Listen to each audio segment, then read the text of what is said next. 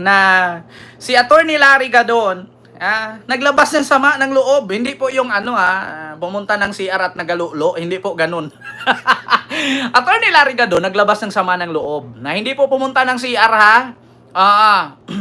Tatak RMN daw, sabi ng pinsan. Tatak RMN Rupel Fernandez Banyok. Binanatan ako. Di ba? Sa RMN, lakas mambanat yan. Eto pakinggan ninyo Larry Gadon, gigil na gigil sa Supreme Court. Pakinggan ninyo to mga kababayan. Ito. Wait lang mga kababayan kasi wala palang volume. Galit na galit si Larry Gadon. Pakinggan ninyo. Dinisbar ako for a much lesser offense. Samantalang si Sara katakot-takot na pagmumura, katakot-takot na pagbabanta ng pagpatay ang ginawa niya, hindi siya dinidisbar. So ang Supreme Court talaga, tuta ng Duterte. Halata kasi na itong Supreme Court is just siding with Sara. Ako nga, dinisbar ako for a much lesser offense. Samantalang si Sara katakot-takot na pagmumura, katakot-takot na pagbabanta ng pagpatay ang ginawa niya, hindi siya dinidisbar. Diba? Totoo naman, sabi ni Attorney Larry Gadon. Nagsabi lang si Attorney Larry Gadon, mga bobo!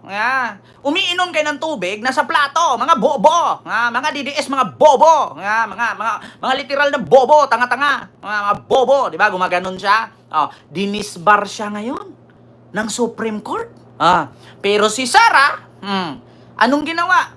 Putang ina ninyong lahat! Bongbong Marcos, Martin Romualdez, Lisa Marcos, naalala mo pa ba na binigyan mo ako ng sobre na may tatak DepEd? Putang ina ninyong lahat. Huwag kang mag-alala, ma'am. May nakausap na ako. Na kapag ako namatay, patayin niya si Bongbong, si Martin at si Lisa. No joke? No joke! Bakit hindi dinisbar? Pero si Gadon na ang sabi, mga bobo, mga tanga-tanga, mga bobo. Bakit siya dinisbar? Totoo naman talagang bobo, mga DDS. Tuta daw ng Supreme Court, tuta daw ng Duterte, ang Supreme Court. Anong sabi ni Gadon? So ang Supreme Court talaga, tuta ng Duterte. Halata kasi na itong Supreme Court is just siding with Sara. Ako nga, dinisbar ako for a much lesser offense. Samantalang si Sara katakot-takot na pagmumura, katakot-takot na pagbabanta ng pagpatay ang ginawa niya, hindi siya dinidisbar. So ang Supreme Court talaga, tuta ng Duterte. Galit na galit yung security guard kita mo Attorney Larry Gadon ala na wala. Kita mo Attorney si Sikyo nagagalit na sa'yo. Sabi niya, ano ito pinag-inaaway ni Atty. Gadon dyan? Reporter ba yan? Sakalin ko sa ngalangalay yan. Di ba? Halata daw. Natuta ng mga Duterte itong Supreme Court. Bakit? Kung siya nga daw dinisbar, nakababa lang naman daw ng rason, pero si Sara katakot-takot na mura at banta sa presidente, hindi dinisbar, kaya tuta daw ng Supreme Court. Ang mga ng mga Duterte ang Supreme Court. Ito sa totoo lang mga kababayan, ano bang sabi ni Gadon? Ang gwapo talaga ni Almario talaga. Almario, nahimik ka dyan. Makikita din tayo dyan sa inyo. Ito Gadon. Nagmura. Tuta ang Supreme Court, tuta ng mga Duterte. Mga bobo! Mga bobo! Ang violations ni Sereno. Ang bobo! Maliwanag, ikaw bobo, putang ina mo ka! Ginang ina mo! Kita nyo? Mga bobo! Mga bobo! Ang violations ni Sereno. Ang bobo! Maliwanag, ikaw bobo, putang ina mo ka! Diyan ang kadahilanan mga kababayan na nadisbar siya. Kasi nga, yung patungkol kay Maria Lourdes Sereno ba, na dating justice, Lourdes Sereno na parang niya, binatikos niya. Kaya syempre, nasa justice yun, nasa Supreme Court. Ayun, na-disbar nga naman yung lolo ninyo.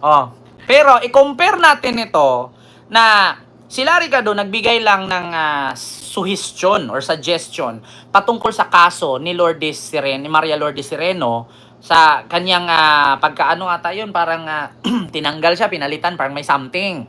Oh, so na-disbar nga si Gadon. Oh, so ngayon, kay Sara naman tayo. Bakit hindi daw dinisbar ng Supreme Court si Sara? Eh kung ito naman ang sinabi. Ang ina ninyong lahat. Martin Romualdez, Lisa Marcos, Bongbong Marcos. Okay lang si Gadon kasi nagmura siya sa mga viewers, sa mga tao. Ang minura niya. Eh ito kasi, iba ang kay Sara. Yung mga matataas na high-ranking official maliban kay Lisa. Asawa pa ng presidente. Tapos hindi dinisbar? What kind of constitution is this? What country we are? Mars? Are we in Mars? My goodness. Di ba? Magsalita ka, Sara. Ang ina ninyong lahat. Martin Romualdez, Lisa Marcos, Bongbong Marcos. Ano pa? Magsalita ka. Ang ina ninyong lahat. Ginigit-git nyo yung mga tao ko dyan sa envelope na yan. Lisa Marcos, naalala mo? Nagpadala ka sa akin ng video? Sinabihan mo ako saan kukunin ang pera. Pinakita mo ang muka ng tao doon sa video message mo. Alam nyo dito sa style na to mga kababayan, nahulog sa patibong si Sara. Real talk mga kababayan, nahulog sa patibong si Sara. Parang ganito yan siya. Meron tayong malaking bahay. 'Di ba? Meron kaming malaking bahay. Nag-apply si Sara ng katulong sa amin. Pinainan ko. Pinainan ko ng pera, kinuha niya. So nung kinuha niya, anong sasabihin ko? 'Di ba? Pakinggan ninyo, mga kababayan. Ng tao doon sa video message mo. This is her. She's been working with us for the longest time. We trust her. You sent me written instructions about money. Millions a month. Anong nakalagay doon sa envelope? DepEd. Di ba? DepEd pala. Saan mo dinala? Sabi ko sa inyo mga kababayan, nahulog sa patibong si Sara. Ang ginawa kasi ni Lisa, actually si F. Elisa matalino talaga para sa akin. Kasi parang, syempre, Malacanang yan. Syempre, palasyo yan. Papasok ka, empleyado sa palasyo. Syempre, para mapagkatiwalaan ka ng tao, papainan ka. Di ba ganyan ang ginagawa ng mga mayayaman? Papainan ka. Pag kumagat ka sa pain, hulog ka sa bitag. Good luck sa'yo. Napainan. Ikinagat ang pain. Di ba? So, anong masasabi nyo ngayon? Narinig nyo, naggawa daw si Lisa ng written instruction kung saan kunin ang pera na envelope may nakatatak DepEd. So, DepEd, pag sinabi nating DepEd, sa DepEd mo gamitin. Hindi mo gamitin sa concert. Ginamit mo sa DepEd. Okay. Ginamit mo sa concert, nga. Siyempre, hanapan kang tao ngayon. So, ngayon, nung hinanapan ka, siyempre, mautak ka, gumawa ka ng resibo, nag-imbento ka ng pangalan. Yeah? Hinanap sa'yo ngayon, gumawa ka ng resibo, tinanong ninyong Armed Forces of the Philippines, kung magkano ang gastos doon sa youth conference, Humingi kayo ng certification, gumawa ng resibo na nakatanggap ng 15 million ang Armed Forces of the Philippines galing sa DepEd. Di ba? May written instruction. Kunin mo sa tao, may tatak, may sobre, may tatak DepEd. Nagamit mo, hindi natin alam kung saan mo ginamit. Ngayon, hinahanap na ng tao kung saan mo dinala. Gumawa ka ng paraan, imbentong pangalan. Tapos, para sabihin na nagastos nila, galing sa DepEd, nanood ng Armed Forces. Anong ginawa? Ang Armed Forces, nadawit pa. AFP. DepEd. Confi. Diyos mio marimar. Pinalabas mo nung ginamitan noon ng confidential funds ng DepEd sa ilalim ni VP Sara Duterte ang isang Youth Leadership Summit ng AFP. Yan ay matapos linawin ng Philippine Army na wala sila nakuhang pondo mula sa DepEd. Nasa frontline na balitang yan, Man Enriquez. Ginamit mo. Kinuwestiyon sa pagdinig ng House Committee on Good Government and Public Accountability ang ilang dokumentong ipinasa ng Department of Education sa ilalim ni Vice President Sara Duterte. Tungkol ito sa pinaggamitan ng kanilang confidential funds noong 2023. Lumalabas kasi na ang dokumento na isinumite ng DepEd sa Commission on Audit ay certification na hiningi lang sa Philippine Army. Partikular ang higit 15 million pesos na ginastos ng Armed Forces of the Philippines para sa Youth Leadership Summit o YLS. Kumbaga, tila nang hingi lang umano ng resibo sa ibang ahensya ang DepEd para ma-justify ang gastos sa kanilang confidential funds. Yan ang pinalutang ni Batangas 2nd District Representative Jinky Luistro matapos linawin ng Philippine Army na sariling pondo ng AFP ang ginamit sa naturang aktibidad. For the 8 YLS that were conducted, you used the fund of the Philippine Army. For our participants, we used the Philippine Army.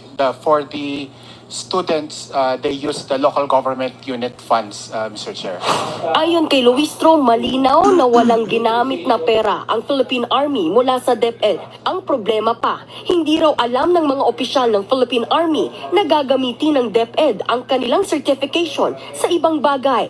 Were you aware that this will be used to justify the 15 million payment of rewards by the DepEd? We are not, ma'am. Can we hear from Colonel Panopio? Mr. Chairman. Were you aware? We are not aware, Your Honor. You were not aware? Colonel Boransing. Thank you, Mr. Chair. We were not aware, Mr. Chair.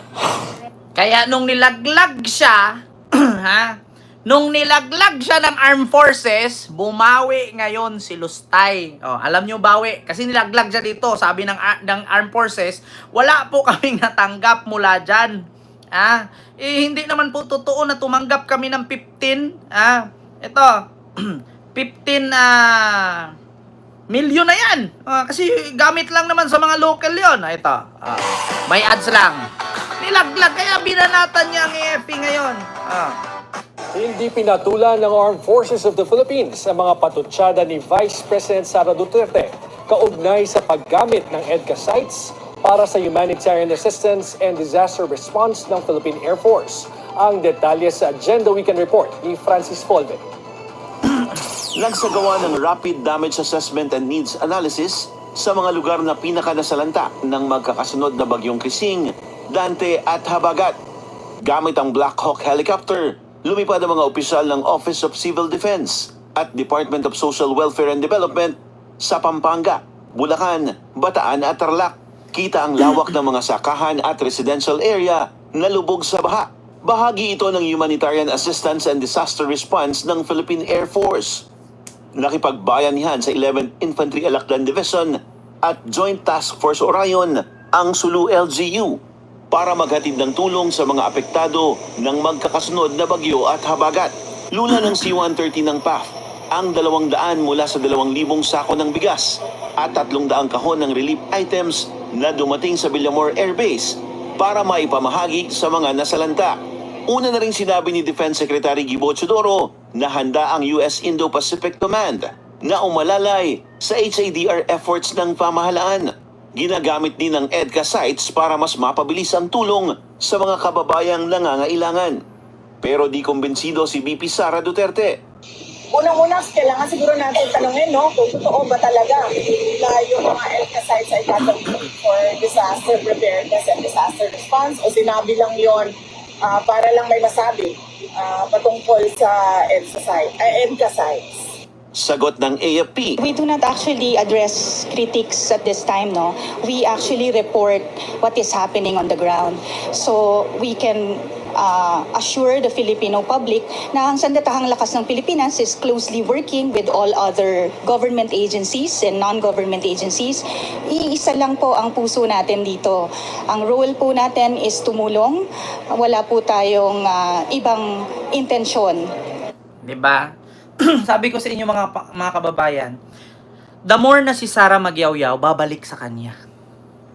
Kaya nga sabi ko, wag na kayong mamuna, wag na kayong magsalita, tahimik na lang kayo, gumalaw na lang kayo, tumulong kayo, magserbisyo kayo, kasi the more na maninira kayo sa ahensya ng gobyerno, AFP, PNP, si Baste, binabanatan PNP, si Sara, binabanatan EFP, o ano kay Pulong, presidente, lahat. Kaya pagdating ng panahon si Sara maging presidente, kung ano ang dinanas ni PBBM ngayon, dadanasin din niya. Bakit? Huwag kang mag-expect, Sara, na pag ikaw naging presidente, maraming susuporta sa'yo. Tandaan mo, dalawa ang magiging kalaban mo, loyalista at dilawan. Yung dalawang loyalista at dilawan, hindi ka tatantanan yan. Sa ginawa mo ngayon pambabatikos kay PBBM, darating ang araw pag naging presidente ka sa 2028, puputaktihin ka ng problema, mangayayat ka. Maniwala ka sa akin. Ang tanong, magiging presidente ka ba o makulong ka sa ICC? Tandaan ninyo mga kababayan, pag si Sara Duterte maging presidente sa 2028, dalawa ang magiging kalaban niya. Dilawan at pulahan. Yang dalawang yan, mangayayat si Sara sa kakabatikos ng dalawang yan, kakunting palpak ni Sara. Makikita mo araw-araw magsisilab. Araw-araw magsusunog ng malaking mukha ni Sara yan dyan. Araw-araw may rally, araw-araw may nagrereklamo, araw-araw may Sabi ko sa inyo, hindi naman siya po pwedeng magdeklara ng martial law. Kasi pag nagdeklara siya ng martial law, magiging Marcos Sr. II siya. Sabi ko sa inyo mga kababayan, sa pambabatikos ni Sara ngayon, kay PBBM, okay lang, isa ka lang eh. Pag ikaw naging presidente, pulahan, dilawan, pinklawan, marami kang mangbabatikos sa iyo. Kunting utot mo lang, mali na yan sa paningin ng mga nakapaligid sa iyo, Sara. Maniwala ka sa akin. At huwag kang mag-expect na lahat ng politician ngayon na kay PBBM kumapit ay kakapit sa iyo. Ewan ko lang. Kung lalabas ang mga star fruit or balimbing fruit sa mga politician, mahirap dumikit sa'yo, Sara. Kung liberal lang ang tanungin, hindi didikit sa'yo yan. Nahihiya, ikakahiya ka nila. Totoo lang.